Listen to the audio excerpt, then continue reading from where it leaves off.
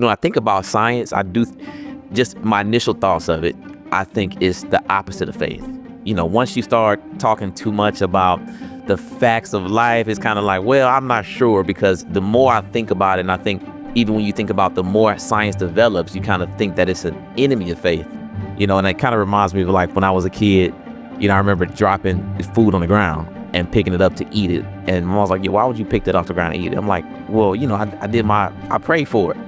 And she's just like slapped me in the back of the neck, like, why don't you eat stuff off the ground? But I'm like, but I thought, you pray over your food is good, so, and I say that, because I want to get your perspective on this.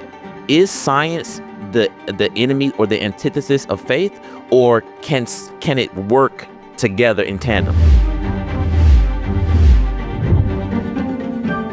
For those of you who do not know Dr. James Tour, Dr. James Tour here has a PhD in organic chemistry. He's been voted one of the top 50 influential minds in the world. Okay, he has spoken at every major university in the country. He has over 650 documented research publications, guys. Voted R&D Magazine's Scientist of the Year. Has challenged some of the most popular scholars in the world. And today, he's on Hardly Initiated. So everybody give a warm welcome to Dr. James Tour. Welcome to Hardly Initiated. Thank you so much. Glad to be here. Absolutely. Absolutely. Definitely. Glad to have Dr. you. James Tour is chill. He's so chill. He real zen. He don't found the Lord. That's why he's so zen like that. So we trying to get like you. But really quick before we get started, Dr. Tour, I want to let you guys know we are back live every Monday and Wednesday at 8. So Yes. Please make sure to like and hit that subscribe button. And while you're at it, don't forget to go holler at Dr. James Tour on his YouTube platform, which is growing exponentially. And of course, which is the reason I found him. So please, all you got to do is click the link in the title. It'll take you straight over to his channel. And guys, we just launched a second YouTube channel. We're getting ready to get into our 5th episode tomorrow evening, where we are doing a singles check-in on Hardly in Love, which is a spinoff of the Hardly Initiated channel. So if you are interested in everything dating, everything about being single, everything about, connecting and getting to know new people, please click the link in the description and subscribe to Hardly in Love. I promise you'll love it. And tonight, as always, we are reading all super chats that are over $10. And I'm sure you guys want to have some questions and concerns for Dr. James. So all you got to do is send over your super chat and we will make sure they get addressed tonight. I love bringing our scholars here, guys. Y'all know we've brought so many spiritual leaders here, pastors, speakers, and all of this sorts. But I've been in a season personally where I've been really studying a lot of the biblical scholars. And if you guys also like the episode where we bring the scholars on, just put me in the chat. I really want to see how that's impacting and have an effect on your life, your growth, your faith, because that's the purpose of these episodes. The first thing I want you to do, though, is to get a relationship and better understand Dr. Tour, as he has a really incredible background in his story coming to Christ. Because I just learned this now, Dr. Tour, you grew up in what will be described as a secular Jewish home, and it's actually a big deal when you decide to call Christ Messiah, Right. based on the family and belief that you come from. So can you walk us through a bit of how you grew up in your home and, how you actually came to Christ? Walk us through that. Okay, well, I was born in New York City, right there in Manhattan. I grew up just north of the city, and I was a secular Jew, meaning that we were ethnically Jewish, but we only went to synagogue maybe twice a year. So I wasn't really into the Judaism. It's like many times Christians will say they're Christians, they grow up in a Christian home, but they don't go to church, and they don't do much beyond that other than Christmas and maybe Easter. And that's kind of how I was as a Jew. But when I went to college, a young man shared with me the gospel. We got to talking. I said, what do you want to do when you graduate? I was just a freshman and trying to make friends, and he was a sophomore. He said, I want to probably be a missionary. And I thought, a missionary? I'd never met a missionary before. I didn't even know they existed. I thought the American Indians had killed them all off. I didn't know about missionaries. And he said, could I give you an illustration of the gospel? I didn't even know what he meant. And I said, yeah, go ahead. And he gave me a story about Jesus. And he opened up to a verse in Romans, and it says, all have sinned and fall short of the glory of God. I said, I haven't sinned. I'm not a sinner. And I said, I never killed anybody. I never robbed a bank. How could I be a sinner? In modern secular Judaism, little things aren't sin. And it's only big things. And then he opened to Matthew 5:28. And Jesus said, I say to you, everyone who looks at a woman with lust for her has committed adultery with her already in his heart. And that one just really hit me hard, because at the age of 14, I was working in a gas station on the highway just outside the city. And there was one on the northbound side, one on the southbound side. My job as a 14-year-old was to clean the parking lots and clean the restrooms. And I started finding these magazines, and I became addicted to pornography at the age of 14. There was no internet back then. And by the age of 18, I was deeply addicted, but we didn't share our problems back in those days. You know, now people share all sorts of problems. They'll even say, I'm going to go see my therapist today or something. I mean, nobody ever would have said that. They'd have thought you're crazy. And so I never told anybody about this addiction. And then I was really convicted all of a sudden for the first time in my life. And I knew about adultery. That's one of the 10 commandments for Jews. How could I commit adultery? I'm not married, and how can I commit adultery in my heart? I mean, adultery is a physical thing. But Jesus is always trying to get a hold of our heart. But the thing about Jesus is his words. When he's trying to get a hold of your heart, they have enormous power. So this young man had my attention. He took me through the gospel message. And I just couldn't get it off my mind that I'm a sinner. Because it says, if you look at a woman with lust for her, I didn't know how to look at a woman any other way. That's the only way I knew. And I went a few more months, and then one day I was in my room all alone, and I got on my knees. And I'm not even sure why I got on my knees, because most Jews, we stand when we pray, and most Christians I had seen were sitting when they prayed. And I got on my knees and I said, Lord, forgive me, because I am a sinner. And all of a sudden, I felt this amazing peace of God just start filling the room. And then right over to my right, Jesus is standing. And it wasn't an optical thing. It wasn't an auditory thing. But the presence of God, presence of Jesus was so strong. And I don't even know how I recognized him as Jesus, but I was sure this was Jesus. And I was already on my knees. I turned toward him. I put my face on the ground, and I'm just weeping. It's like he's flooding me with love and kindness. There was no judgment. It was just pure forgiveness and kindness and love, something I'd never experienced. I was 18 years old, and I'd never experienced this before. I never had an experience like this afterward. That day was unique in my life. I don't even know how long I was there. Finally, after a while, I got up, I was wiping the tears from my eyes, and I couldn't stop thinking about Jesus. Constantly thinking about Jesus. And at night, I was dreaming about Jesus. At night after night, I'm dreaming about Jesus, and I'm dreaming that I'm telling people about Jesus in my dream. This is a strange thing, a Jewish kid telling people about Jesus in his dream.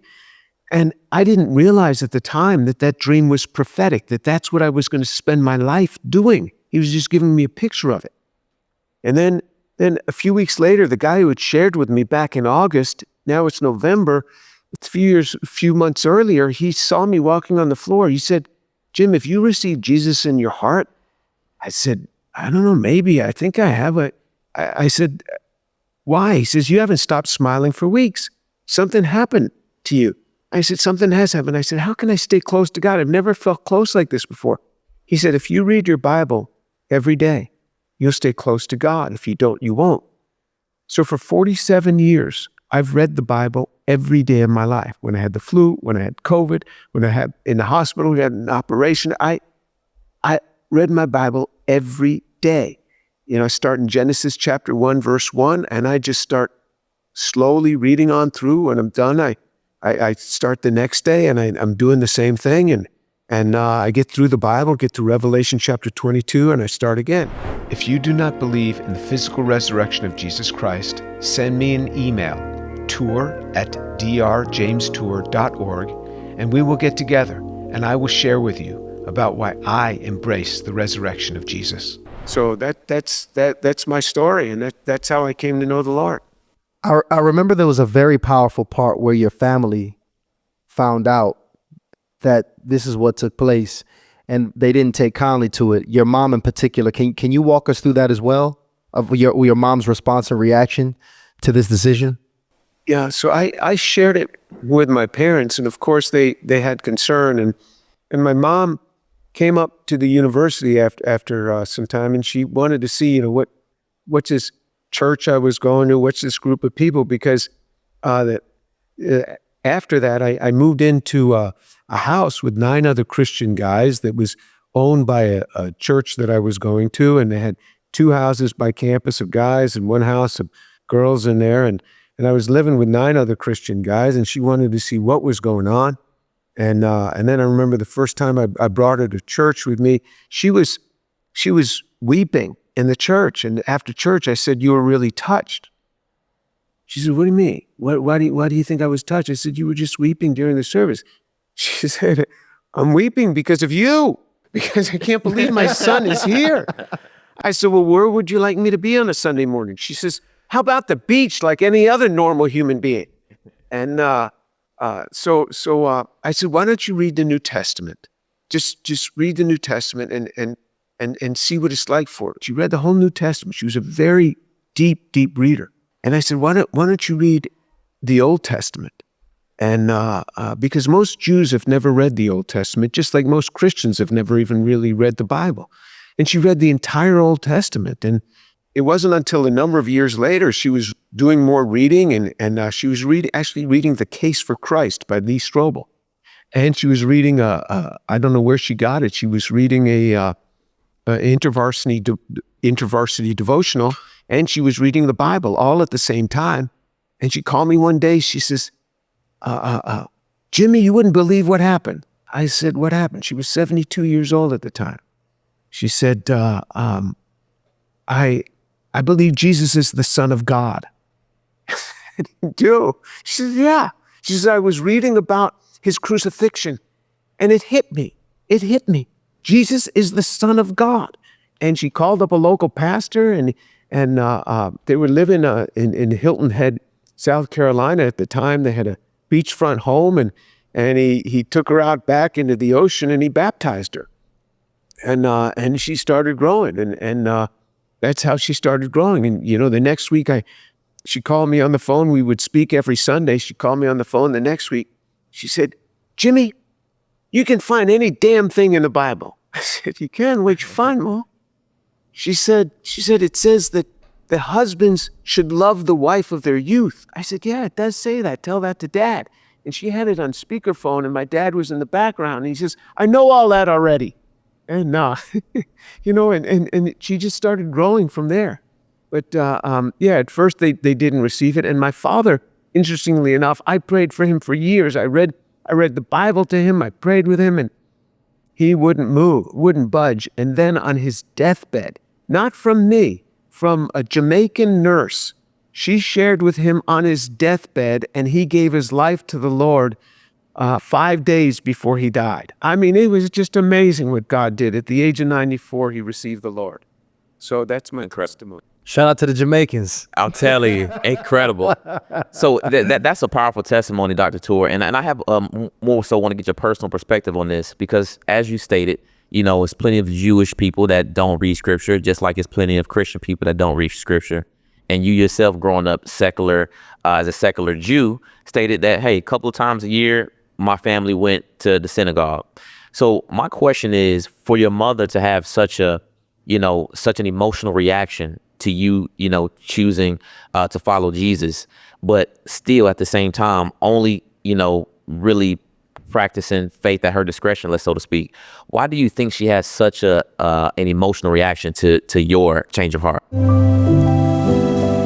Because of you, millions of people have heard the gospel. If you confess with your mouth Jesus is Lord and believe in your heart that he's risen from the dead, and you will be saved. That's right. That's the requirement. We talk about science concepts which draw people in. Take these nanomachines and have them drill into cells. This would be a great way to kill cancer, right? We also talk about Jesus Christ, who's the best in everything. My faith in Jesus Christ means more to me than anything. If you could continue to give or give for the first time, we would certainly appreciate it. You can go to jesusandscience.org. Thank you so much. Let me tell you, Dr. James, your conviction is reverberating. I'm getting hype. It is. You know, I'm so happy we have a scientist here too, because I get to ask some of the questions that I feel uncomfortable. The logical and practical questions that I almost feel shunned to ask someone else. Because you can't, I mean, those questions, you can't ask those at church. Exactly. Here's a good example of a question I wouldn't feel comfortable asking that I can ask you. Wait, hold tight. I know you ready to get into it.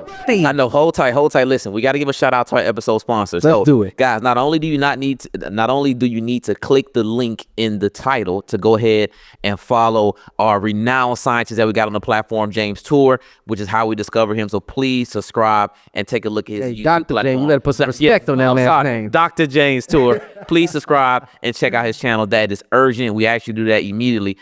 You know, when I hear that someone tells me they've had an encounter with Christ, some part about it used to upset me a bit, you know, because when I think about it, I hear a lot. I've heard that many times, by the way. I've heard many times people say they've had this encounter with Christ. And the reason it bothered me, because that never happened to me. That's been the furthest situation I've had. In fact, I felt like I've had to work hard to study my way to Christ in my understanding, even today, like still cementing every cinder block and cornerstone of my faith now, mainly because he has not revealed himself to me. I feel like people that have said that, they have an unfair advantage in their faith with Christ because he just popped up and said, look, here I am right here in front of you. Why does he not just do that to everybody here? Wouldn't that be the ultimate way to evangelize if Christ just wanted to reveal himself to his people? No, he gives us, each one of us, exactly what we need. You will often find with Jews that they have an experience similar to mine. Well, not often. It happens. It happens a lot of times. An experience similar to mine, because we need a little bit more. He does it. You will see with Muslims, he often gives them a dream that Jesus will appear to them in a dream, because Muslims put a lot of stock in dreams. They have whole books on what certain things mean in dreams. And so because they put a lot of stock in dreams, Jesus reveals himself to them in dreams. The Bible actually puts a lot of stock in dreams. It's just that in our Western society, we've gotten away from that. So he uses that less often, generally in the Western society. He works with each person. Now, if you think that Jesus appearing on earth is going to make the world conform to him, first of all, he appeared once on earth before. And there were 12 men that were following him at the end, and they all fled from him. One betrayed him, and the others fled from him. And if it weren't for a few faithful women, there wouldn't have been anybody initially at the cross. And then finally, John had the courage to come back to the foot of the cross, but all the others, Judas was already hung himself, but the 10 others were hiding far away up on a hill and watching this thing. So that didn't work. And then if you look at his second coming in the millennial kingdom, this is spoken about in the prophet Isaiah, in the Isaiah scrolls. What will happen is Jesus is going to set up his millennial kingdom here on earth for 1,000 years, and still people are going to rebel. There's going to be some faithful, and then there's going to still be rebellious, because he's going to show sin as utterly sinful, because people say exactly what you say. If Jesus would just show up, then all these people would obey. No, this is going to happen. The Bible already talks about this, and there's going to be such rebellion, even with Jesus reigning here physically on earth from Jerusalem, that after the 1,000-year reign, he's going to say that's enough, and he's going to let the Satan out of the abyss. Satan will have spent 1,000 years in there, and he's going to let him out. because he says he's going to say enough. So first of all, he gives us exactly what we need, and probably he felt that you need to study your way more into this, because if you had had an experience like that, you probably wouldn't get very deep. And so he does exactly what he needs to do for each person individually, and thank God for it. Wow. Great question. Great answer. No. That was good all around. Honestly, referring back to what happened when he was here makes perfect sense. Exactly. That He already it would tried work that way. That's funny. That's funny. No, that makes a lot of sense. And it's interesting because I guess personal update here. You just let me know. Is the relationship with your family, did it get pretty? Is it in a more healthy state now with most of your secular Jewish family at this point? Yes. My family was, my direct family was so secular. My parents never cut off relationship with me. It hurt them. And I would say that my extended family, once in a while they would make comments. Most of the talking was not to my face, it was behind my back. But what happened is I married an amazing woman. My wife is just amazing. She's a Gentile. She comes from a family that loves the Lord. Her mom and dad love the Lord. And she is as sweet as can be. And she won the hearts of my family. My family came to love her so much. And then, my mother said, Jim, you're going to have a lot of trouble with your children because, you're forcing them into all this Christian stuff and everything. And my children are all grown now. They're ages 40 to 29. I've got 4 children. And she saw my kids grow, and she saw how well adjusted they were. None of them ever gave us any trouble. And that really spoke to them that, wow, this thing really worked out, and these are good kids. And they all went on, and they got extended in education and all these things, and they're just really nice kids. And that spoke to them a lot. To see this sort of thing, and I never really got cut off as if it had been sort of an Orthodox family, and so I was good with my family. I was fine with them, and they were very good to me. It had hurt them, but it was really nothing compared to what persecution can be. I went through like kindergarten level persecution. Even it says in the book of Hebrews, you haven't yet resisted to the point of shedding blood. So the criteria for really undergoing persecution is the shedding of blood. Never happened to me. One day I was out preaching one day, open air preaching. One guy said he was going to punch me in the nose. He never did. And I was kind of wanting him to, because I wanted to shed a little blood to at least meet that threshold of what persecution is. He's funny. Yeah. Oh, thanks. Listen, I want to talk to you about this because I know if you just now tuning in, we got a world-renowned scientist, a leading scientist with us, Dr. James Tour. And Dr. James, he's a chemist, he's a nanotechnologist, scientist, all of that good stuff. So we got to get into the nuts and bolts of these things. But, me personally, Dr. James, as, I think about science, I do, just my initial thoughts of it, I think is the opposite of faith. Once you start talking too much about the facts of life, is kind of like, well, I'm not sure, because the more I think about it, and I think even when you think about the more science develops, you kind of think that it's an enemy of faith, and it kind of reminds me of like when I was a kid, I remember dropping food on the ground and picking it up to eat it. And mom was like, yeah, why would you pick that off the ground and eat it? I'm like, well, I prayed for it. And she's just like slapped me in the back of the neck, like, why don't you eat stuff off the ground? But I'm like, but I thought, you pray over your food is good. So, and I say that, because I want to get your perspective on this. Is science the enemy or the antithesis of faith, or can it work together in tandem? Science is full of things of faith. There's so many things that we grab as scientists, which is faith. You take the Big Bang Theory, the whole theory of the origin of the universe. Up until the 1950s, there was a theory that the universe has always been. And that was contrary to the Bible, because the Bible tells us that there was an origin to the universe. God created this. And that's what most scientists believed in the 1950s. So this is in my lifetime. So it's not ancient history.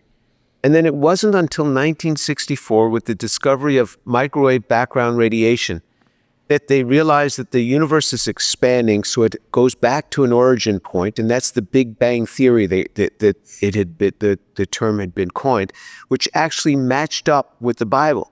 And so now you've got this theory that from nothing burst forth everything. Now, we say as believers that God was the origin and God took nothing and made all these things. So there's this wonderful and loving God that did this. But scientists believe they don't have substantiation for this. It's not based on fact. They believe that all of this poofed from nothing, purely materialistic. I mean, this is a huge miracle. This is bigger than any miracle given in the Bible. And scientists are like, give me that one miracle and I'll explain everything else without miracles. I mean, and now you just take life, just life itself. No scientist has ever created life. For not only do we not know how life originated on an early Earth, nobody has ever made life in a laboratory with all our modern methods.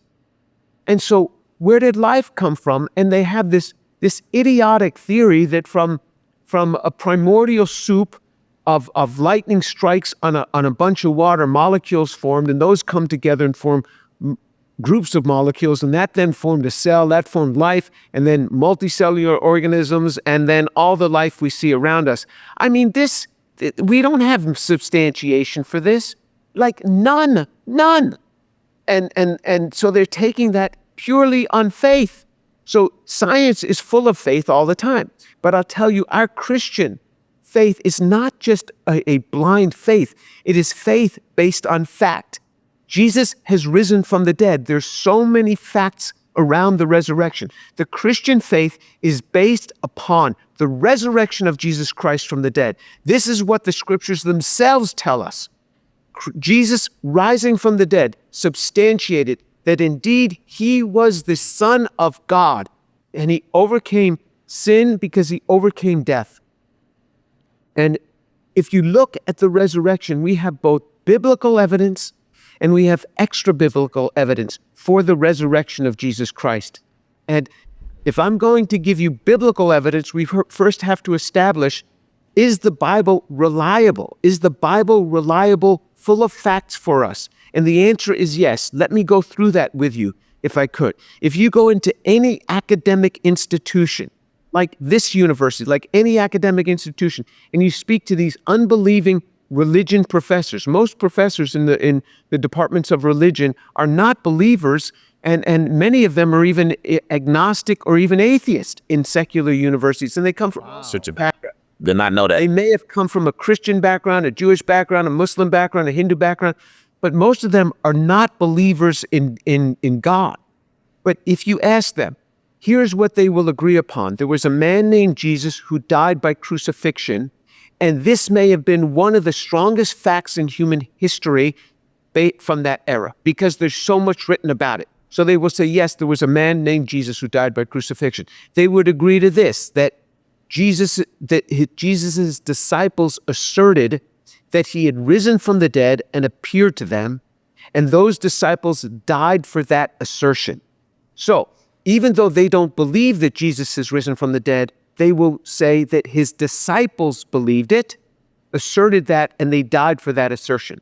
The third thing that they will say is that some of Jesus's people, some people that didn't even regard Jesus as being a prophet, like his brother James, and even enemies of Jesus, like Paul, say that Jesus appeared to them and they died for that assertion. So that they'd agree to.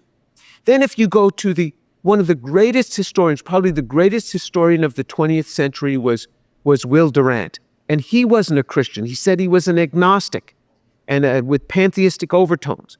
But he, as a trained historian, said things about the Gospels. Now, I am a trained chemist. You can put two chemicals, you can write the formula or the name of two chemicals on a piece of paper and ask me, if I reacted those two chemicals together, would they form another product? I could look at those and say, yes, there'd be a reaction. Here's what the reaction would be. The reaction would go slowly, or the reaction would go explosively fast. How can I do that? The man on the street, the woman on the street, they can't do that. I can do that because I've been trained in this. I've been trained in this. And Will Durant was a trained historian, the greatest historian of the 20th century. What does he write about the Gospels? He says the Gospels agree remarkably well. He says, you say there's contradictions. They're not contradictions. Your contradictions are minutia. What he means by this is, if you have a car accident and you have 3 different people see that car accident, you could ask those people about it. If every detail between those 3 people is exactly the same, that means there's been collusion. They agreed with each other. When you ask 3 people about the car accident, you'll get the general story, but each little detail is different. This is exactly how it should be. So you look at those little differences between the Gospels, he says that's exactly how it should be if it's honestly written. He is discerning this. Then he says that if you read the way they wrote, the way that these Gospels are written, again and again they wrote the weaknesses of the apostles, where they doubted Jesus over and over again. They were fighting for higher places in the kingdom, arguing about this among them. They even report this despairing cry of Jesus from the cross when he says, "Father, why hast thou forsaken me?" He says they never would have recorded this if they were making this stuff up. Whenever you write about yourself, you always write yourself in a good light. So, for example, if you 2 guys there, if you had an argument with one another, and whoever your producer is or your boss says, "Okay, I want each of you to come to my office and explain to me independently what happened." I mean, what'll happen is, Ryan, you go there and you say, "Tyshawn, he did this and this and this, and I was really quite nice." And Tyshawn would come in there and say, Ryan did this and this, and you always build yourself into a better light. This is normal.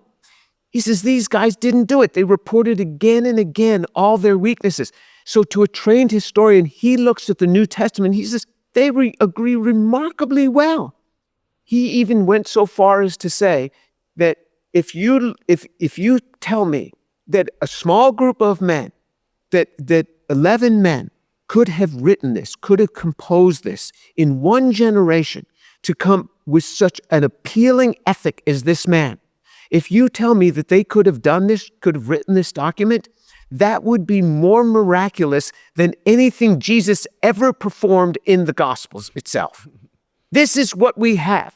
So when they say it, so what does the New Testament tell us? So this is the substantiation we have behind the New Testament. What does the New Testament say? Jesus rose from the dead on the 3rd day. He was crucified on a Friday. He was in the grave on a Friday, a Saturday, boom, Sunday morning. The sun was up. It was light out. He appeared not on a foggy night. He appeared to a group of women, and he appeared first to Mary, then to another group of women. That's what the Bible tells us. Why would it say women? Women had no legal standing either in Israel or in Rome. They couldn't even go into a court and testify. Just like we don't allow a 7-year-old testify in court because 7-year-olds make stuff up. I mean, kids just make stuff up. They don't testify in court. And women weren't allowed to testify in court because they thought women make stuff up. Why does the Bible report that Jesus appeared to women first? Because that's the way it happened. That's the way it happened. And so they reported it that way. And then what happens is he says, "Go and tell my disciples." They go and tell the disciples. The disciples, it says, they didn't believe it. They didn't believe this happened. But Peter and John ran to the tomb to see what these crazy ladies were saying. They see the Roman guard is gone. They see the stone rolled away. The women couldn't have moved that stone themselves. And the Roman seal is broken. Pilate's seal is broken. They go into the tomb. And they see the grave clothes still there. If somebody stole the body, they take it with the grave clothes. They put a sheet around it, and then they wrap these, they put with strips around it from bottom to top that cover the whole thing. Nobody would take the time to take that off. But it wasn't, it even says in one of the Gospels, it was rolled up by itself. Rolled up suggests that it was even rolled up there, as if the body just came right through it. Who's going to take those grave clothes and neatly roll them up as if they had still been there on the body or something? It was so amazing to John that just seeing that empty tomb, the testimony of the women, and that empty tomb, the way the grave clothes were, it says he left the tomb believing. It says of Peter, he left just bewildered. He was like, something is going on here. And then Jesus appears to them. He appears to them in the upper room and says they thought they were seeing a ghost. They thought they were seeing a spirit. He says, no, guys, come here. He commands them to touch him. He says, see, I have flesh and bones. Touch me. Touch me. I've risen from the dead. This was remarkable. And then Jesus said to them, I mean, it's amazing what Jesus said. He said, have you something here to eat? And it says they gave him a piece of broiled fish. The Bible is very specific. It doesn't say they gave him food. It says a piece of broiled fish, even how they had cooked it. They gave him a piece of broiled fish and he ate it. He demonstrated to them he was physical, risen from the dead. Then he disappears. And then later on, Thomas, who had not been with them at the time, they said, we've seen the risen Savior. We've seen him. And Thomas was like, I don't believe that. You guys are crazy. I don't believe it. He must have seen an imposter, some guy with a beard and long hair or something. And Thomas said, I won't believe it unless I stick my finger into the hole in his hands, holes in his hands, and unless I stick my hand into the hole in his side. So what does Jesus do? Jesus comes again. He says, Thomas, come here. Thomas, come here. Because when Jesus was on the cross, they put nails in his hands and his feet. And it says that the Roman soldier had thrust his spear into his side long after Jesus was dead, just to ensure that he was dead. So this nonsense that Jesus didn't die on the cross. No one's ever come off a cross alive, because if he did, the men who hung him there have to go up in his place. And these men were trained in crucifixion. If you ask anybody in the army, what's your job? They'll tell you your job. I'm a cook, I'm a mechanic, I fly helicopters, whatever. These guys, their job was to crucify people. He put that spear into Jesus' side. It's his blood and water gushed out. Jesus is up high here on the cross. He's down here. His spear is 6 feet long. He stabs upward. He must have hit the main artery in the middle or the heart, because his blood and water gushed out. Why blood and water? The blood had already coagulated. If you're dead for many hours, the blood coagulates. You get an emulsion. You get this heavy phase of thick blood, and then you get water just slightly pink, and it comes out as this emulsion. The Bible writer writes for us, it was blood and water. That means the blood had already phase separated. There was no way Jesus could have been living at that point. That's what he reports. It was into that wound. Jesus appears to them. He says, Thomas, come here. Stick your finger into the holes in my hands, he commands him. He says, now stick your hand into the hole in my side and be not unbelieving, but believing. Thomas even inserts his hand in there, falls. You can't go against the command of the risen Savior right in front of you. He commands him to stick his hand in there. He must have stuck his hand in there. He falls on his knees. He says, my Lord and my God. No imposter is walking around with a hole in his side big enough for a man to stick his hand and inviting people to do it. Jesus wasn't buckled over in pain. He was risen from the dead. He appeared to them indoors and out of doors, in Jerusalem, in Emmaus, on the road between Jerusalem and Emmaus. He walked with them a 3-hour journey. He walked with them to the Mount of Olives. He was on the Mount of Olives with them. He had ascended from the Mount of Olives. They saw that. He met them also before that. He met them by the Sea of Galilee. He stood on the beach. He told them where to throw their nets to catch a fish.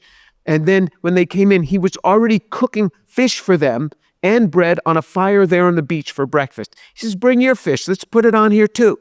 That's what Jesus did. That's what the Bible reports. The Bible reports how James was killed by the sword, the first apostle killed by the sword. The other apostles we have from extra biblical documents that talk about this. Peter was crucified upside down. Another was flayed alive, which means they pin you down to the ground and they skin you alive. Another was boiled in oil. We have the writings of Tacitus. Tacitus was looking now at extra biblical evidence from the first and beginning of the 2nd century. Tacitus was a Roman senator. Tacitus was also a historian. He is the historian that tells us that Nero was the one who set Rome on fire. It's that historian. He tells us how the Christians were dying, how they were killing them. He didn't care about the Christians. He said we would tie fresh animal skins to them and throw them to wild dogs. Because wild dogs are always hesitant to attack people. You tie a pig skin to them, they think you're a pig and you just get shredded. He says this is how we were killed. They weren't recanting their confessions, saying Jesus is alive. Pliny, P-L-I-N-Y, Pliny the Younger. He's up in Asia Minor. He is this is current day Turkey. He is a Roman governor. We have his letter where he wrote to Trajan, the emperor of Rome at the time. He says, I'm killing all these Christians. I'm putting them to death because they're worshiping Jesus. They say this man is alive. This man that was crucified under Pontius Pilate, they're saying he's alive.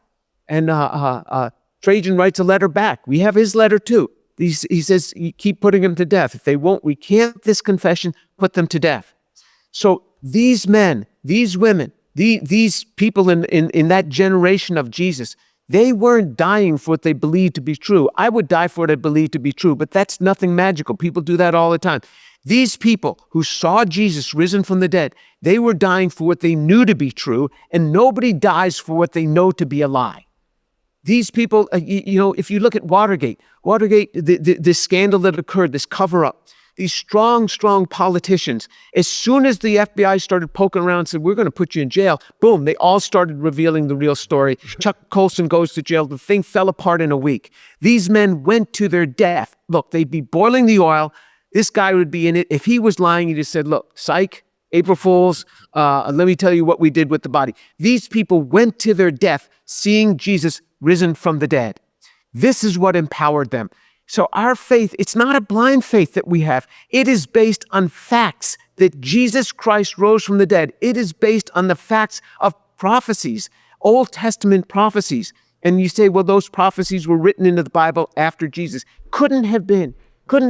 The Old Testament, we have almost the entire Old Testament dating back to 150 to 300 BC, and those documents were found in the 1940s and 1950s. And they date back to that time. So these prophecies, we have these exact prophecies, exactly what's prophesied came true. So our faith is not a blind faith. It is all based on fact. That's a long answer to a short question. Sorry. No, that was excellent. And you just really he is. You got to hear one of those after he goes off like that. Yeah, you brought a lot of things to my attention. From information on the resurrection, which is just proves how important it is to go back and make sure you study in scripture, but also, that a lot of the people who teach religion are non-believers.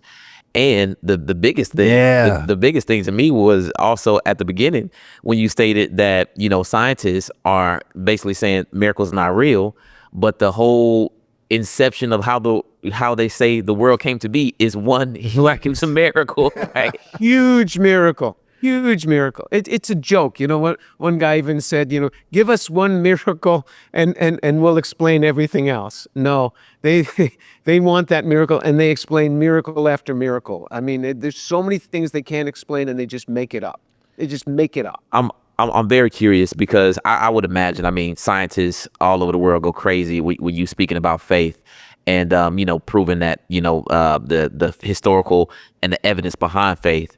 So, in your community, are you, is it frowned upon, you being so convicted with faith, or just taking faith into account, as you're doing research and as you're publishing, your articles and works? Like, how do they view a scientist that has faith? God is so good. Jesus is so good to me. I mean, look at what he does. They might mock, they might make fun of, but first of all, they never do it to my face. And if they do it behind my back, it's hard for them now. You know what Jesus has done? I mean, we've published so many papers. We've published more papers than 10 scientists will normally do in their lifetime. I've started a dozen different companies based on technology that's come out of my laboratory.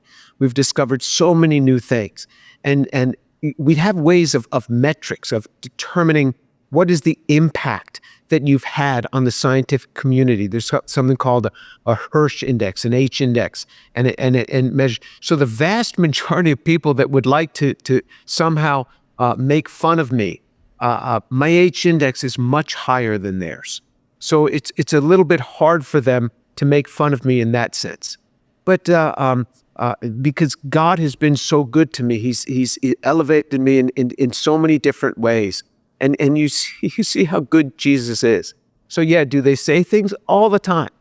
Do they say things to my face? Not normally. But there's a lot of people on the internet, because they sit behind behind their computer in anonymity, and they say all sorts of things about me. But Jesus said, "Blessed are you when men revile you and persecute you and say all manner of evil against you falsely on account of me. Rejoice and be glad, for your reward in heaven is great. For so they persecuted the prophets who were before you." He said, "Woe to you if all men speak well of you. for so they spoke of the false prophets. And so I'm in very good company, and I just reflect back on the things that they've said about Jesus. Yeah, but they say things about me, and but generally my career has just blown them away. And this is all the grace of God. I don't take any credit for this. This is the grace of God. Jesus blesses me. He pours it into my lap, pressed down, shaken together, overflowing. This is what my Jesus has done for me. Incredible. I want to ask this because the Bible. By the way, Dr. James Tour in the building, world-renowned scientist and man of faith. Strange mix, but it has happened at the highest levels. Exactly. He's here in the building with us. Make sure you click the link in the description and check out his YouTube platform. It's growing exponentially. Yeah. And we're just big fans of it. Absolutely. Incredible scholar here with us. So we're about to throw some of the hardest questions we can come up here while we have his time. And we'll have some Q&A later on. So you guys stay patient at the end of the show. We got some non-believers. They want to ask some questions. We're going to get y'all straightened out today. You got a scientist. And I want to get this right because I hear a lot of Christians call the Bible an allegorical book. And you obviously say the Bible is based on facts. Being that the Bible is based on facts, is it incorrect to call the Bible an allegorical book? And are there allegories in the Bible, or did every story happen exactly as it was stated, fact for fact? Oh, of course there are allegories. I mean, Jesus said, "I am the door." I mean, you're not a door, Jesus. I'm speaking allegorically. Right. And in fact, there is an occasion where he reproved the disciples for taking something literally that he meant allegorically. He said, beware, they're in the boat. He says, beware of the leaven of the Pharisees. And the guys start looking at each other. Who forgot the bread? You forgot to bring the bread. I mean, this is what he's talking. And he says, guys, I'm not talking about bread. I'm talking about the leaven of the Pharisees, the hypocrisy of the Pharisees. So there's an occasion where they took something literally, and he reproved them. He said, I'm just speaking allegorically. So yes, there is allegory in the Bible. Jesus speaks allegorically sometimes. But there are other occasions where you cannot take it allegorically because it's spoken of over and over again as fact over and over again, and he stresses these sorts of things.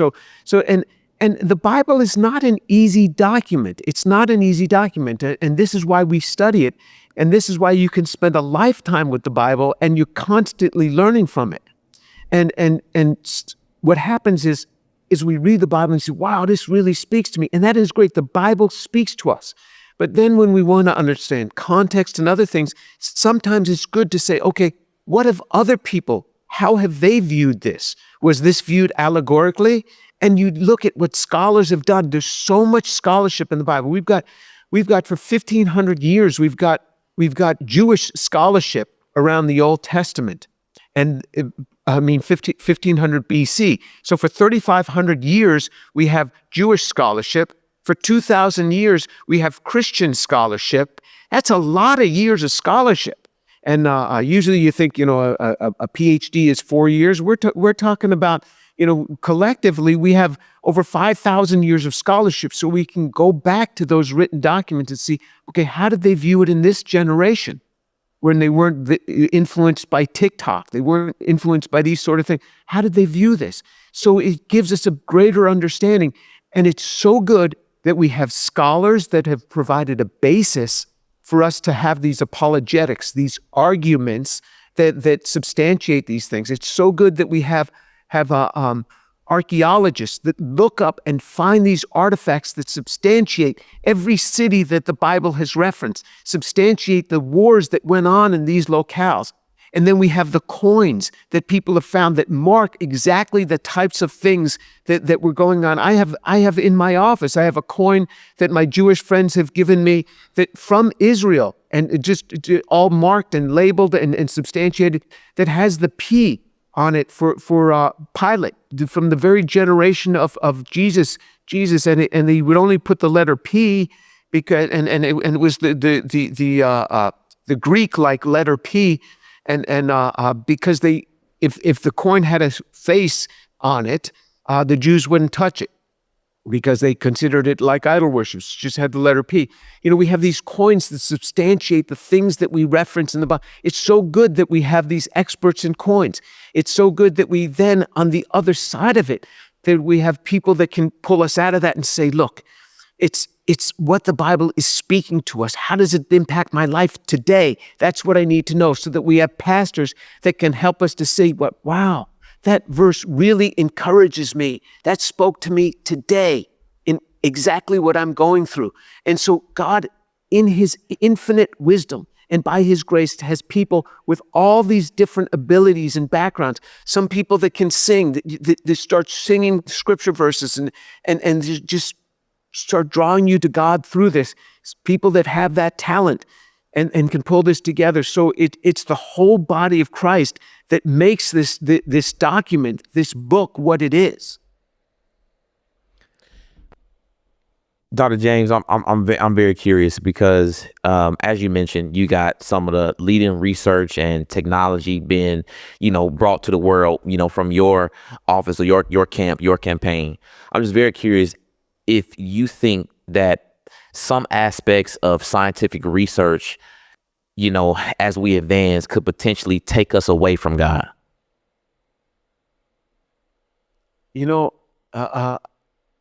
Research and science has never taken me away from God. There's certainly things in my field that I read that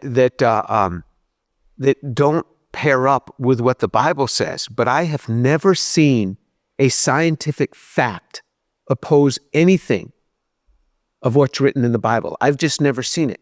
There are many theories that are not facts that are pushed by scientists as facts. So for example, like we use this example of if you were in the 1940s, 1950s, you would have been told that the universe has always been. And it wasn't until the 1960s that we know it had an origin, exactly like what the Bible says. In 1972, Gould comes out and says this whole gradualism that Darwin talked about, that these gradual changes over long periods of time, Gould comes out, and he's a secular scientist, and he says, no, that's not what the fossil record shows. What the fossil record shows is that you have very fast changes over short periods of time. That was in 1972. It was called punctuated equilibrium. So you had a theory that was pushed as fact that turned out not to be fact, didn't match up with what the Bible says, and then there's this new fact.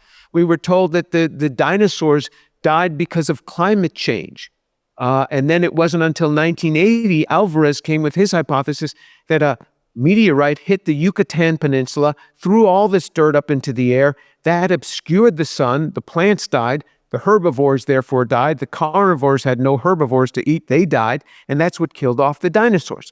And so you have things that were put forth as facts that turned out not to be facts at all. They were just theories. Now, if you look at facts, show me a fact that contradicts with what the Bible says. I haven't seen it.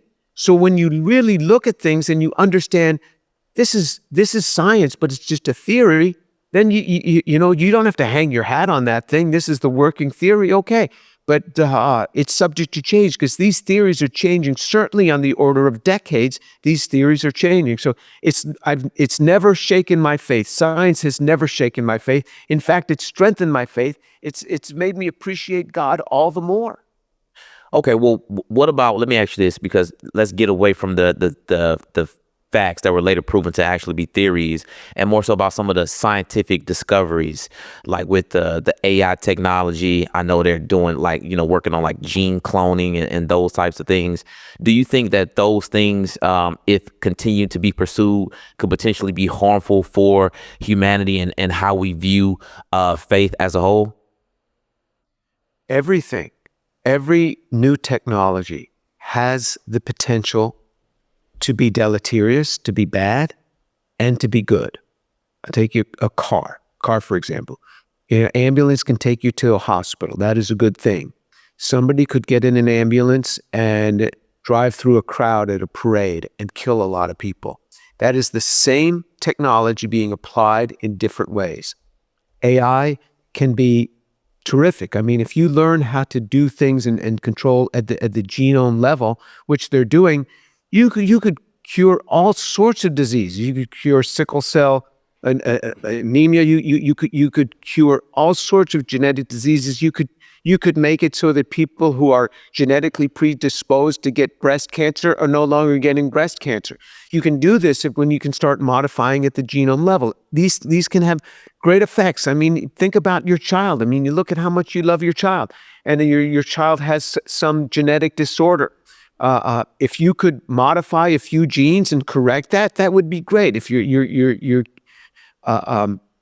kid is on the difficult end of the spectrum, I mean, it's difficult to raise children like that. So if you could just modify a gene and make them all better, that would be tremendous. On the other side, you could use it as a tool to build a super race that would start coming against all other races.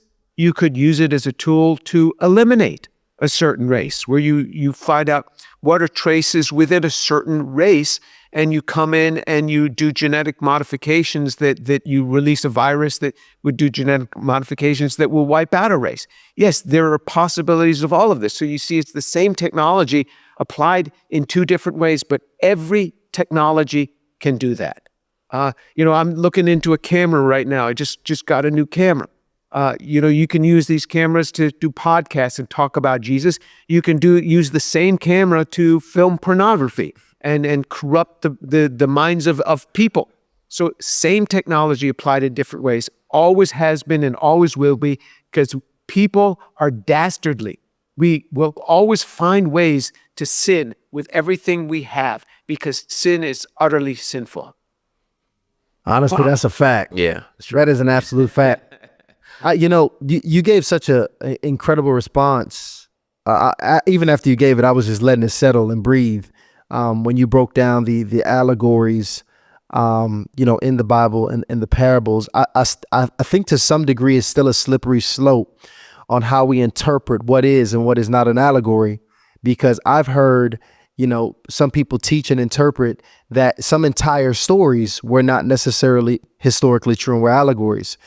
For example, I've heard that even the story of Jonah and the whale, that is an entire allegorical story, as he was not technically living in the whale, but it more so represented being, swallowed up by circumstance. I also hear even people go as far, to describe heaven and hell, not necessarily as a physical location, but allegorical, around this, destination of peace, or this destination of strife that we can feel or experience, while here, and even potentially in the afterlife.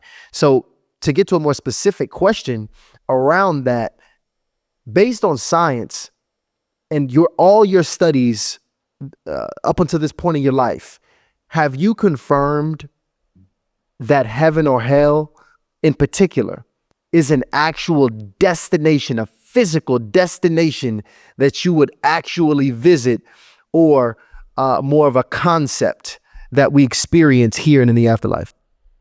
Yeah. These are all good questions, and these are all questions that people have, and the legitimate questions. And there are good answers for these sort of things. Now, I'm not a Bible scholar, I'm a chemist, but I can tell you that this story of Jonah and the whale, Jesus made reference to it.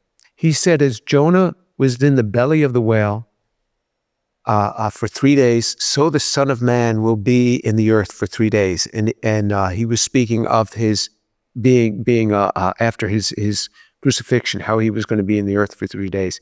He did not say, just as Jonah in that story happened. He says, just as Jonah was in the whale for 3 days. So if you want to discard the Jonah story, you have to discard what Jesus was saying too.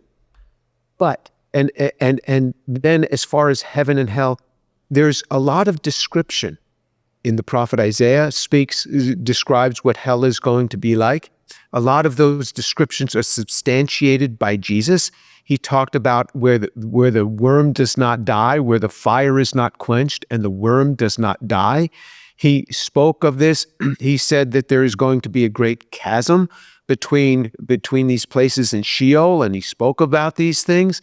And so Jesus referenced these things over and over again. And so you'd have to throw a lot at the doorstep of allegory to get rid of these. But let me bring some calm to this. The Bible is very specific about what needs to be done to be saved. And it says in Romans chapter 10, verse 9, that if you confess with your mouth that Jesus is Lord and believe in your heart that he's risen from the dead, you shall be saved. This is very specific. You confess with your mouth that Jesus is Lord and believe in your heart that he's risen from the dead, and you shall be saved. It does not say you got to believe in your heart the virgin birth. You got to believe in your heart the crossing of the Red Sea, that the Red Sea parted and they went through the Red Sea. It doesn't say that you have to believe the Adam and Eve story in order to be saved. It's the resurrection of Jesus Christ and the confession of his lordship in order to be saved. And that's it. What I have seen, and after leading hundreds of people to the Lord, what I have seen is that once you deal with that issue, the resurrection of Jesus Christ from the dead and his lordship, then people start reading the Bible very differently. And as you walk with God and you see the Bible is proved over and over and over again, a lot of these issues go away because you start to embrace the Word of God differently. And it's something that you can really bank on. Jesus said in John chapter 8, he said that he who sent me is trustworthy. He who sent me is trustworthy. I trust him. I trust him. And this is something you grow in. You learn to trust them. I trust my wife. I've been married 43 years. I trust her that she will always have my best interest in mind.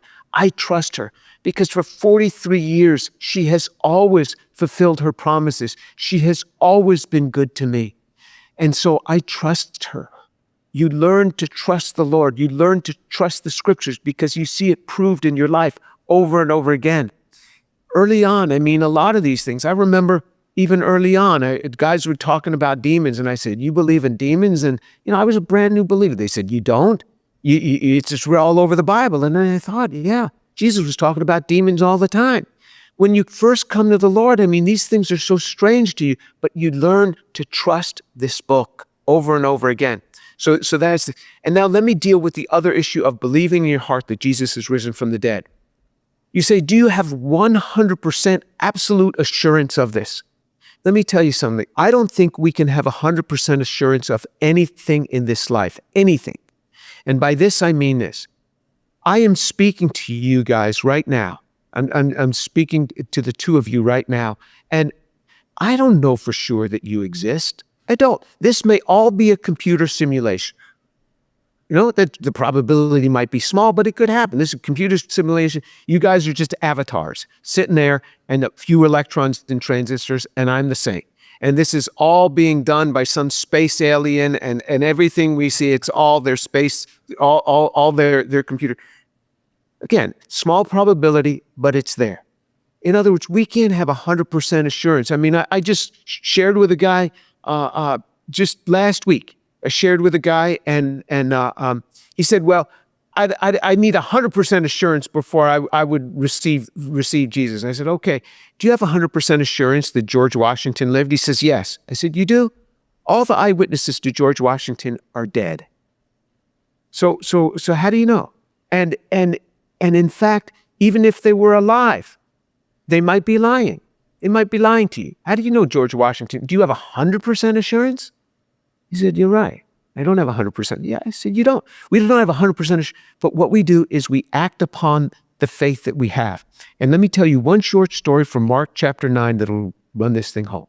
A man brings his son to Jesus' disciples, and he asks them to heal his son. And they're unable to heal him.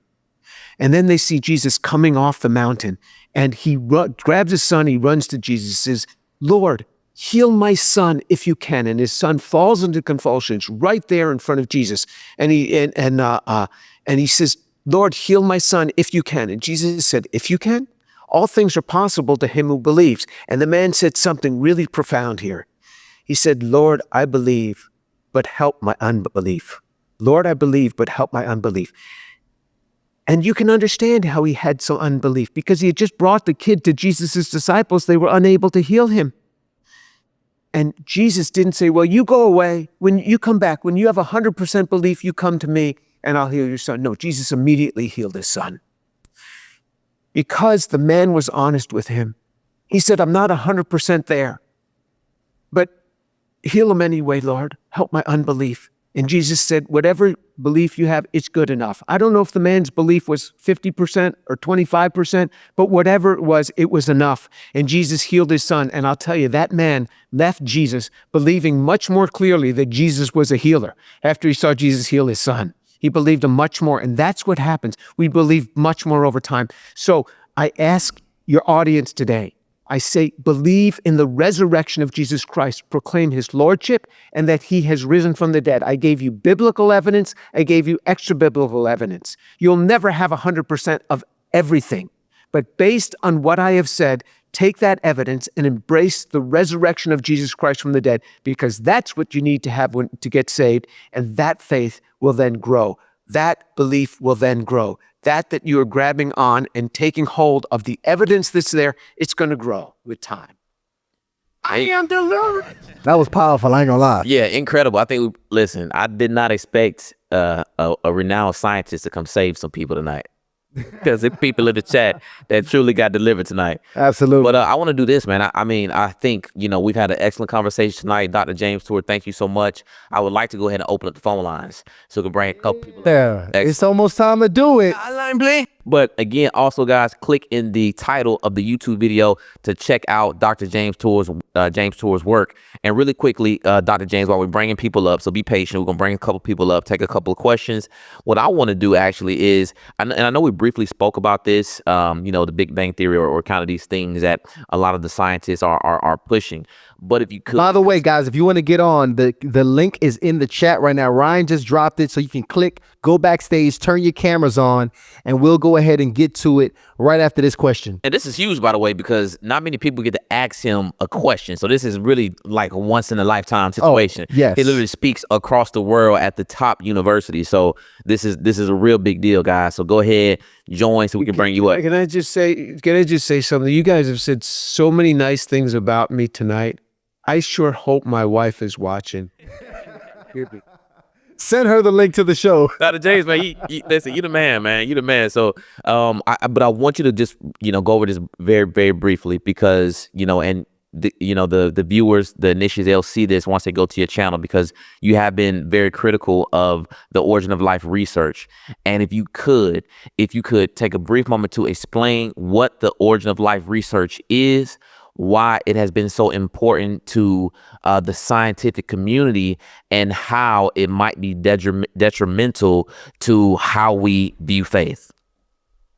Well, so like I said, scientists have never made life in a lab. They've come up with all sorts of proposals, but what students learn from elementary school all the way up through advanced college, I'm talking graduate school, is the same model, that there was some primordial soup, some pond, and there were some molecules in this pond, some lightning strikes, molecules formed higher structures, these came together, formed a cell.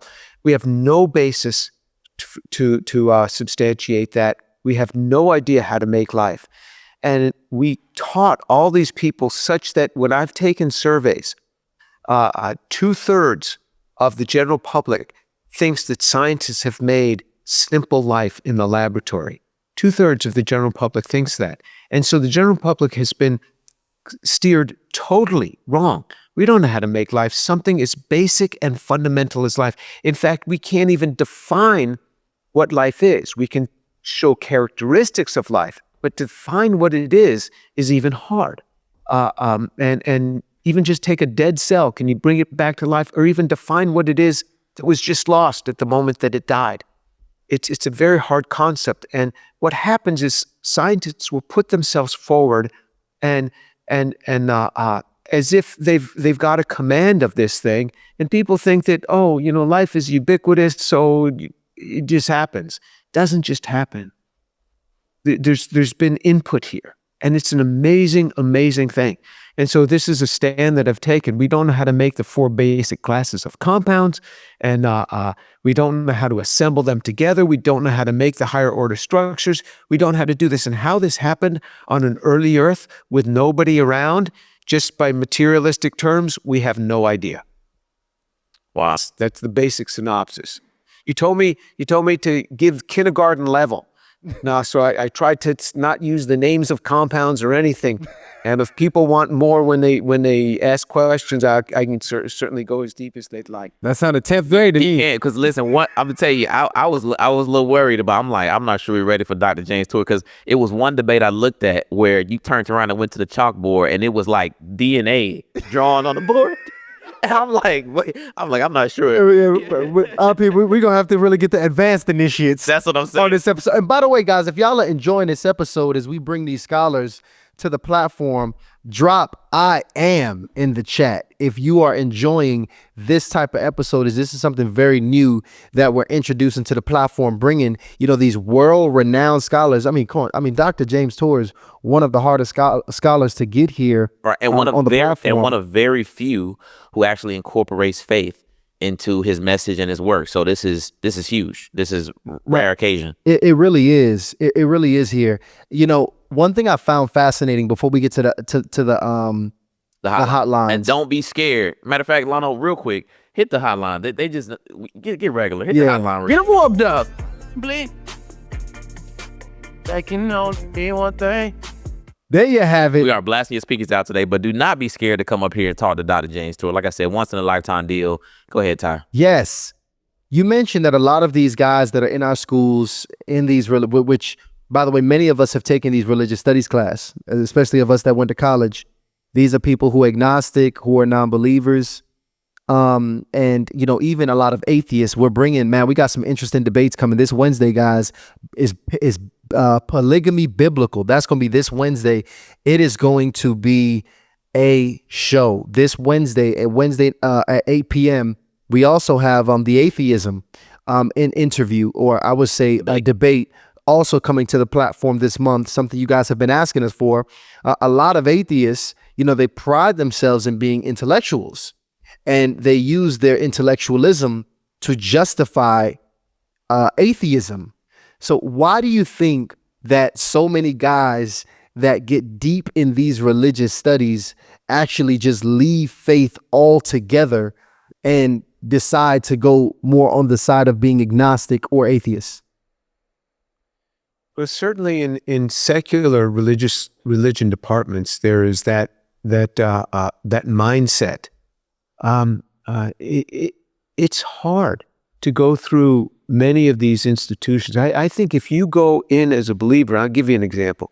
We have a professor here and in the religion department, and I was talking to him, and I invited him to lunch, and I said, tell me your story. He says, well, I used to be a Baptist evangelist. And a Baptist, and I was an evangelist. And he says, and I went to Harvard Divinity School. I said, oh, stop right there. You went into Harvard believing in the physical resurrection of Jesus Christ, and you came out not believing.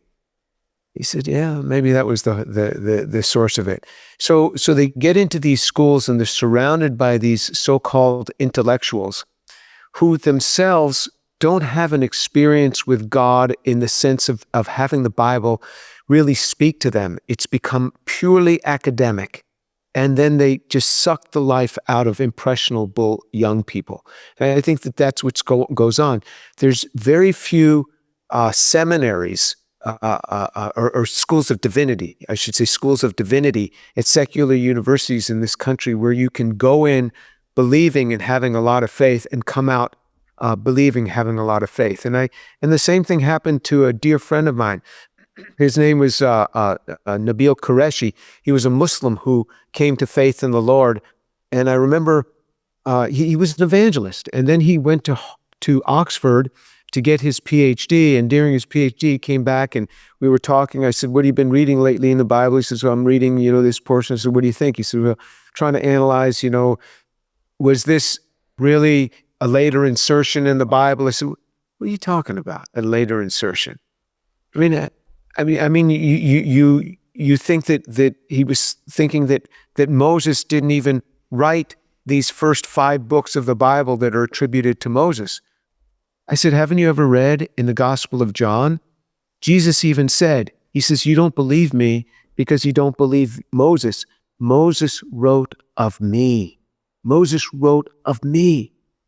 Jesus substantiated these books to be the books of Moses. Are you going to throw out Jesus too? And he repented right there on my kitchen floor. We got down on our knees and he repented. And even this wonderful evangelist was being drawn astray by this highbrow intelligentsia who's saying all sorts of nonsense. And he looked at this portion in John where Jesus said this. He says, how come I never noticed this before? He said, it's right there. It's right there. Jesus substantiated it. So professors can be extremely influential for good or for bad. And they can take command of a class. And plus students at these ages are highly impressionable. And so it's very easy to draw them. And this is why Charles Spurgeon in the 1800s said, we have an impressionable generation, so we must impress ourselves upon them. And this is why it's incumbent upon believers, and especially believers in academics, to speak up, to not be silent, and to not have believers shun the academic institutions. They need to be in the secular universities to get these ideas across and to speak life into the life of students, because these are treasures coming in, and we dare not lose them. Wow. There you have it. And listen, you gotta be careful going to lunch with Dr. James. And you Like you say. you got to be careful going to these universities, Right.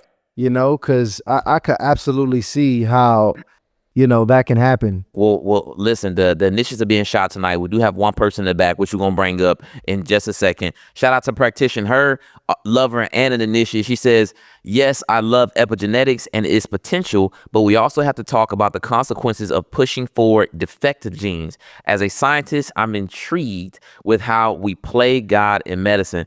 And also, shout out to Anna Dominique, says, I believe those who don't believe but need a certain level of proof will be disqualified in being saved because they never walked in faith. Okay, some very interesting super chats coming in. Listen, y'all should have called in too, by the way, but go ahead and bring that next person up. We got somebody up. Make sure you turn your cameras on when you're backstage. Turn your cameras on.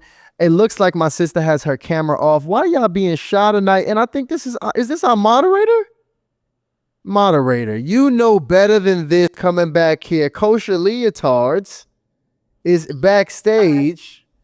There we I go. apologize. Look, we have school tomorrow, and I am getting my daughter prepared for school. So I just wanted to hop in real quick because this was a great, great, great conversation, and I'm very excited for him being here tonight. Incredible. So, by the way, for the people who don't know you, and this is my first time hearing your voice, you have been, let me tell you something, you have been one of the biggest supporters to us in the chat. Thank you. For a long time. So we absolutely appreciate and honor you right here, which is why we're going to let you come up here hiding and catfishing us tonight. So go ahead, give us your name, your age, and your location. So I'm going to stick with couture leotards because my job is very personable and I have a lot of clients. No, I do not work in that other industry. I actually do finance. Oh, listen, we know you're not on the dark side. Don't worry about that. We know that.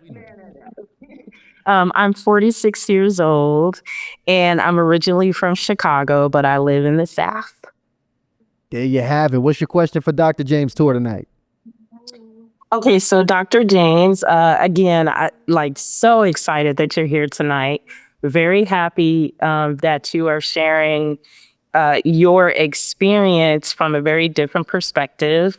So my question is, I studied IO psychology in school, and when I was working on my bachelor's degree, learning about people and how they behave and why they have the behaviors that they have it actually allowed me to understand the Bible better.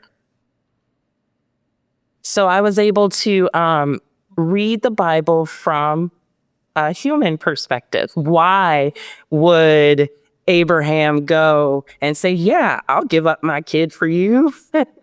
You know, why did David do what he did? But what I wanted to ask you was, I know that college was a while ago for you, but did chemistry, because chemistry has kind of the same foundation of how to research, the scientific method, how to come to conclusions, how to even check your own work. Did your chemistry degree help you to understand the Bible better? I suppose so, in that we have to look at what every word actually says, and scrutinize it, and really think about what it says.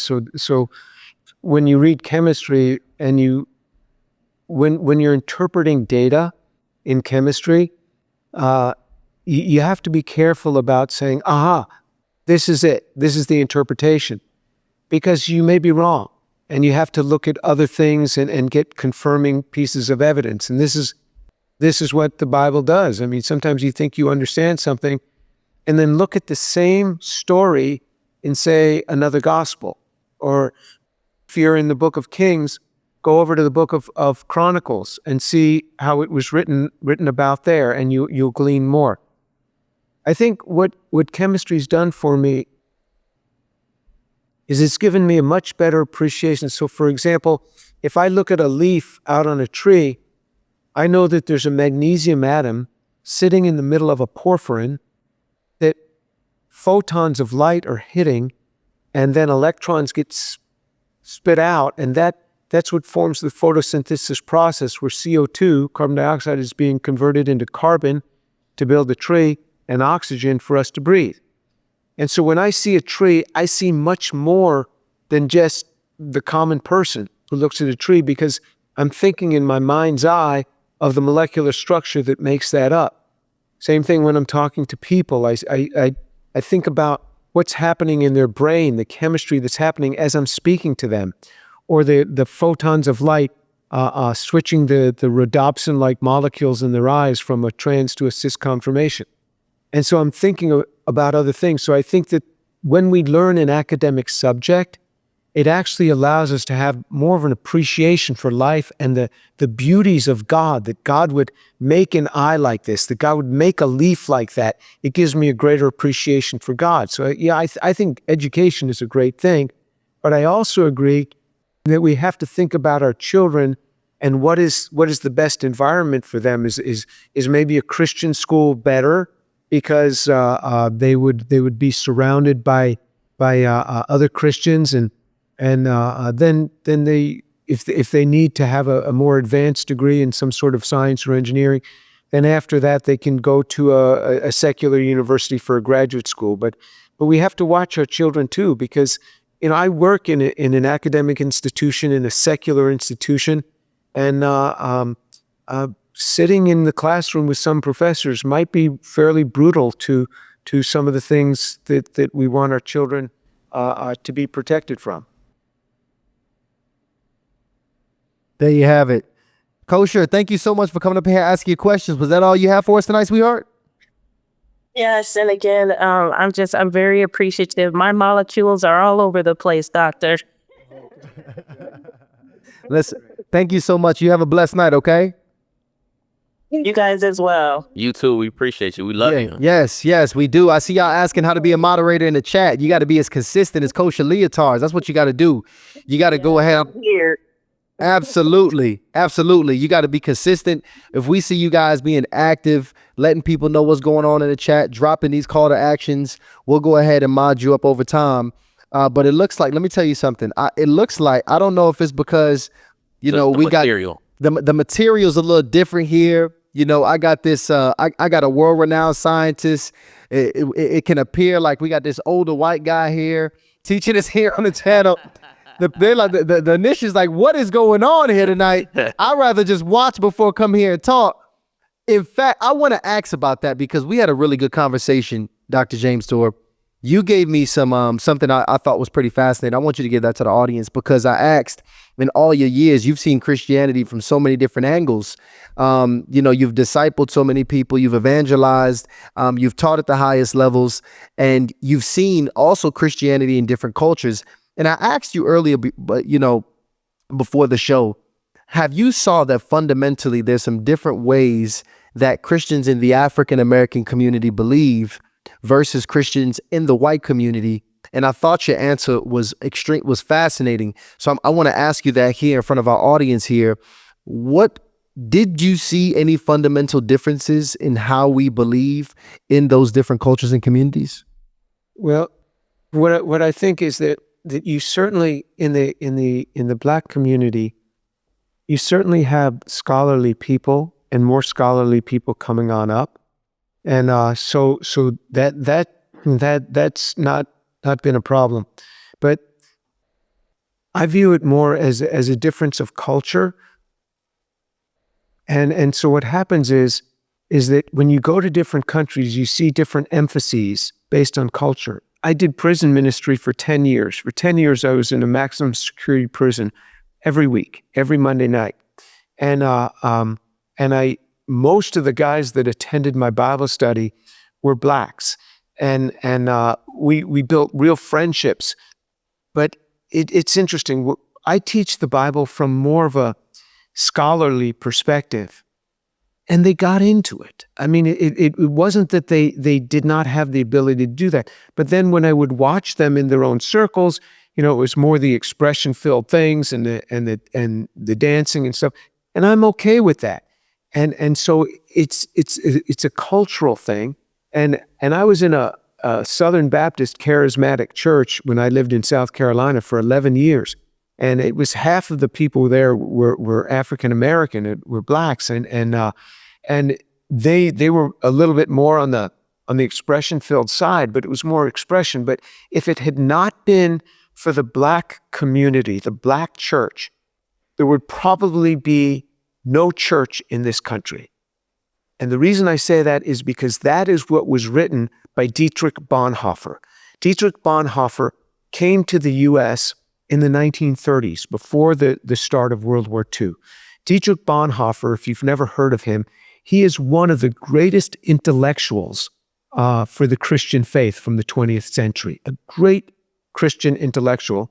He was German. He came here to study at one point, and he ended up going back during World War II to work with the church, and he was eventually thrown into prison because of his Christian faith, and he was hung. He was killed by hanging by the Nazis just about a week before the war ended. And a very good book about Dietrich Bonhoeffer was written by Eric Metaxas, who's a great Christian writer, and I would recommend you have Eric Metaxas on your program because he has his own YouTube channel, and he would do a great job. Ask him about Bonhoeffer. But what Bonhoeffer wrote, and this is excellently summarized by Metaxas, is the reason that there would be no church in this country if it were not for the Black church is because when he came here, the white church had gotten so intellectual. They had moved up into a phase that's very much like our departments of religion in academics, that they've moved away from Jesus and the experience of Jesus working in your life to everything was just textbook and afar off now. And he says it got so devoid of faith, it was just based upon all this intellectualism that there was no relating to God anymore. And so when he was in the U.S., he was working, I think, for a while at King's College in New York City. He would just go to the African churches, to the African American churches, to the Black churches, and there's where he would fellowship. And he enjoyed their singing, he enjoyed their closeness, and he found them also able to run at the intellectual level. That was not a problem for them, yet they had not lost the depth of relationship. And so he credits the Black church for keeping the only semblance of the power of God in a person's life. And I think that you can get too far to the extreme on either side or the other. And it's good. It's good that we have both of these. You need to have the apologetics where you can give a defense for our faith that causes it to be able to stand. You need to have the archaeologists that are digging up these stones and showing, hey, where these things happen, the people with the coins, all of this. And so the Black church has been critical, not just good for the church in the United States, but critical for its survival has been the Black church. Man, that's an incredible. That's really an incredible piece of history that I have never heard. Like what? I'm shocked that even among Black scholars that hasn't been pointed out. At least not within my knowledge or research. One thing I'm curious about is because obviously we know the history of the country and why there was even a Black church, in the first place. But this is outside your expertise at this point as we're winding down. I'm just curious just to kind of get a feel for your thoughts, Dr. James Tour. But do you think at any point in time there's a possibility that you can see an integration of the church? Or do you think there will always be a Black church and a white church for the duration of our time here in the States? Like I said, the church that I was in South Carolina, about half the church was Black. And that's why my wife and I went there. We were so moved by seeing a church that was half Black, half white.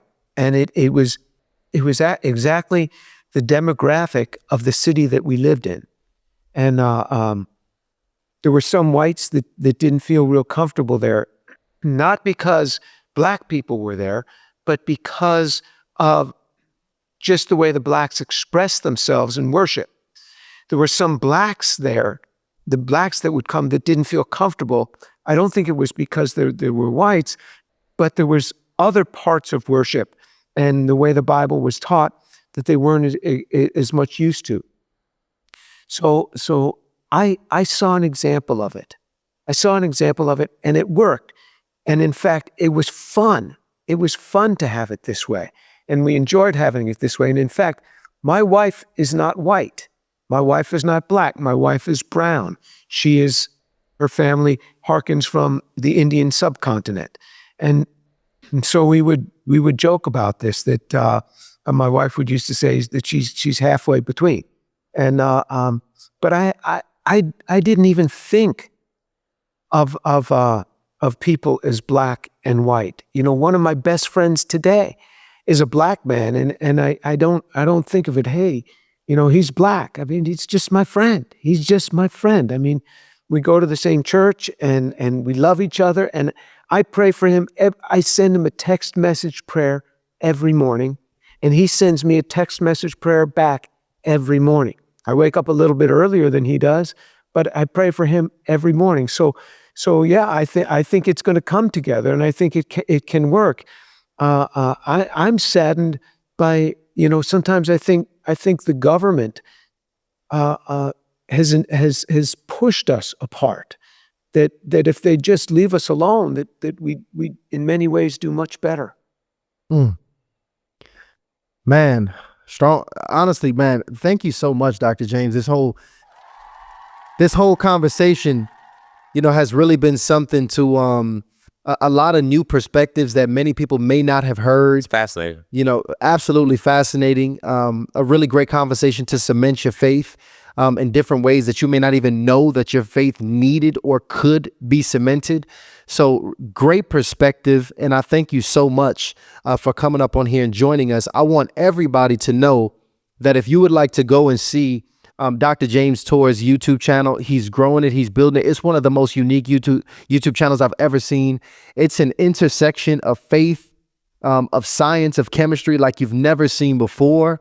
It's growing, and it's absolutely a well of knowledge that I'm happy that we were able to bring to you for just this 2-hour piece here on Hardly Initiated. So thank you again, Dr. James Tour, Big facts, for joining us here tonight. Drop fan in the chat. All my initiates, drop fan in the chat if you have just became a fan of Dr. James Tour. Absolutely. Absolutely, guys. I want to let you guys know, please, I need everybody here that's watching to subscribe to the channel. It is very important that you continue to subscribe. This is how we get world-renowned scientists on the platform, guys. This is how we get the This scholars. is what makes us look legit. It makes us look legit when we got these subscribers on the platform here. So I ask that you continue to subscribe and support every single way. Thank you to every member, every initiate to the channel. We do not overlook that. Those people with the badges there, especially the purple badges. I think the purple badge is the highest the badge can go I think it's the highest level right at now. this point in the chat. 18 months, like 18 months. About 18 months. We absolutely thank you. And trust me, we're going to do something very special. Me and Ron are always planning. We told you this Wednesday, we have a big debate coming up that we want everybody to be bright and early on time for 8 p.m. Biblical polygamy. Is it biblical?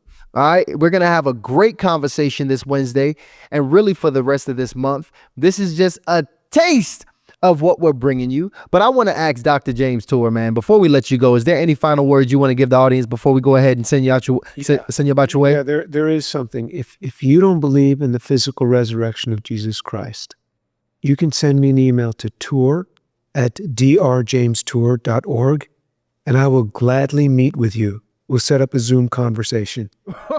Tell you about the physical resurrection of Jesus Christ. And people don't believe that I do this, but I spend hours and hours every week, one-on-one with people, going over the physical resurrection of Jesus Christ, because this is what you need to have to be saved.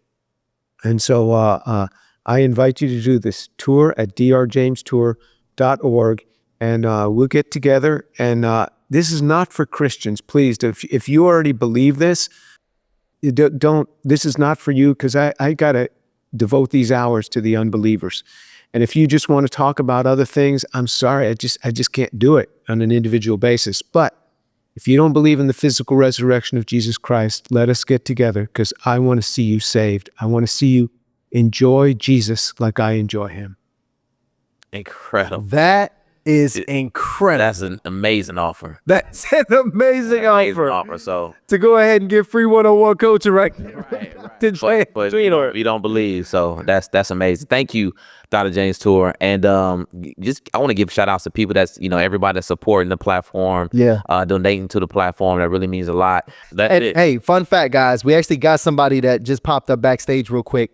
Let's go ahead and take this very last one before we let Dr. James Tour go here. I'm so sorry, Dr. James Tour. Can we take one? That's right. Look, I'm used to this. People are afraid to ask questions of professors. I mean, I understand. It happens all the time. They get intimidated. They don't ask. So I understand. Thank you so much. Let's bring Practitioner Her here to the stage. Practitioner Her, what's up with you, sister? This is the very first time you joined us live, right? You are muted. You got to unmute yourself. There you go. Very first time she's joined us live, and she's like one of the most high rankingest initiates. She's been with us since day one. From the beginning of us actually doing this show, Practitioner Her has been active in the community. So thank you so much. Welcome to the initiation hotline. I appreciate y'all bringing me up. At the end, he said he really wanted to talk to people who were mostly non-believers. So I'm not sure he wants to address my question, but I'll just throw it out there. And if you want to answer, that'll be greatly appreciated. First off, give me your name, your age, and your location. Mm-hmm. Hi, I'm Renisha. I live here in Houston. I'm dressed like this because we are actually preparing for a winter apocalypse. So, yeah, I'm coming in from Houston. 37. Is that?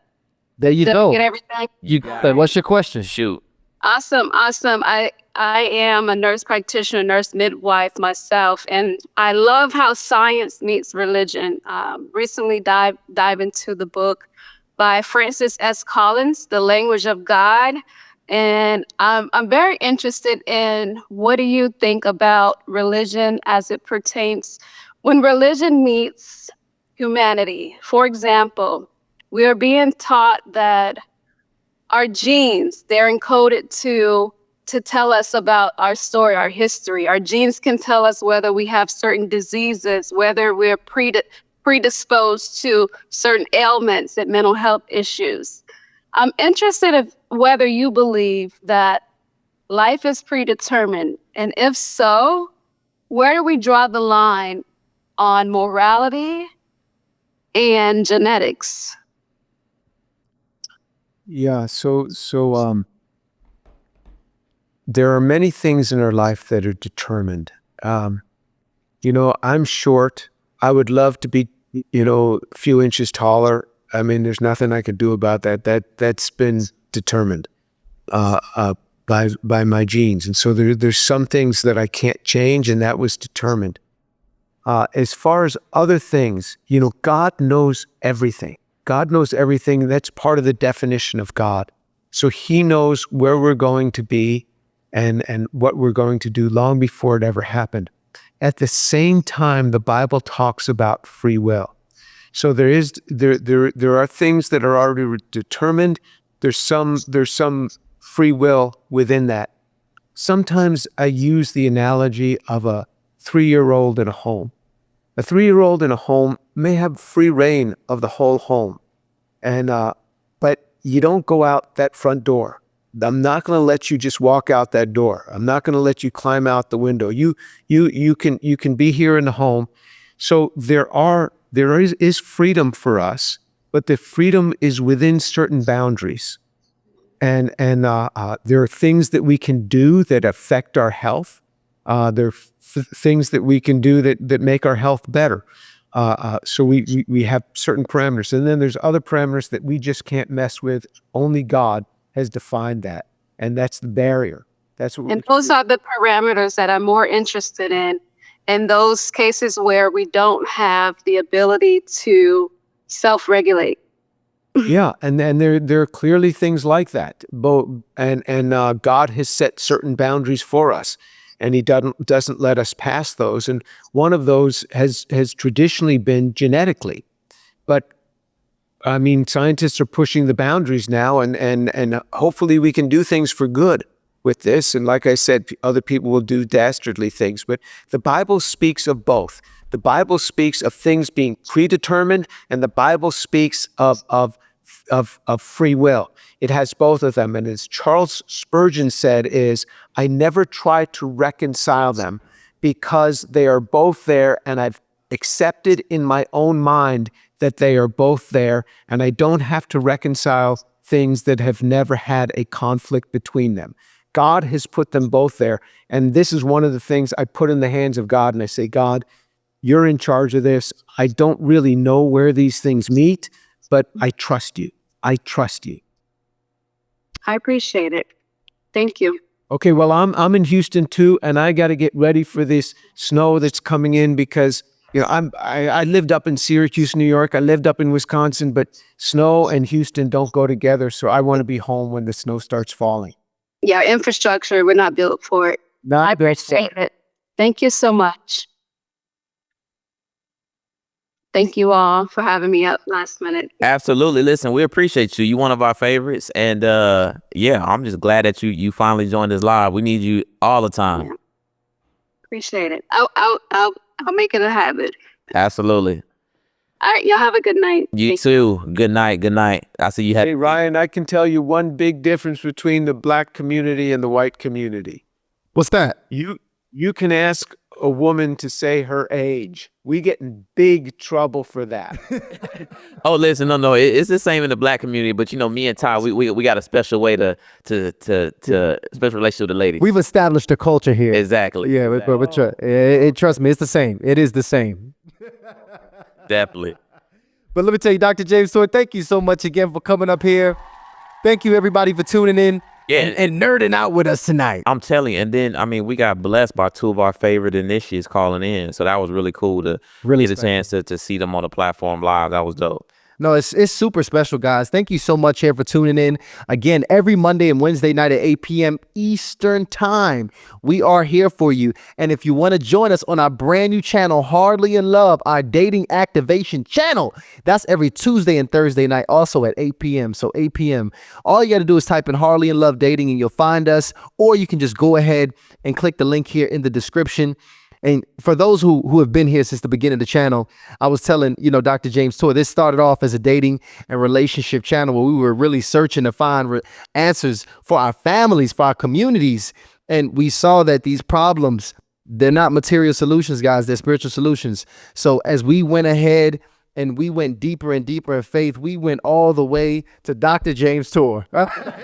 So in order to keep the dating alive, we bringing you guys Harley in Love, an all-new spinoff. And speaking of Harley in Love, if you don't have the Harley in Love card deck, it is 100 prompt, open-ended question deck that will explode any game night, date night, family night, late night, whatever it is. You'll have an incredible time. So that's also in the description. But every Tuesday and Thursday night, join us at Harley in Love. But you already know how we do it. Hardly initiated. We are out. Thank you for joining me today. If you could give us a like, share, or podcast review, we would appreciate it. If you have any questions, you could send them to ask@jesusandscience.org, and we'll try to answer some of those questions in an upcoming video. And if you do not believe in the physical resurrection of Jesus Christ, and you want to hear about why I believe, send me an email to tour@drjamestour.org, and we'll get together by Zoom, and I'll share with you why I embrace the resurrection of Jesus Christ.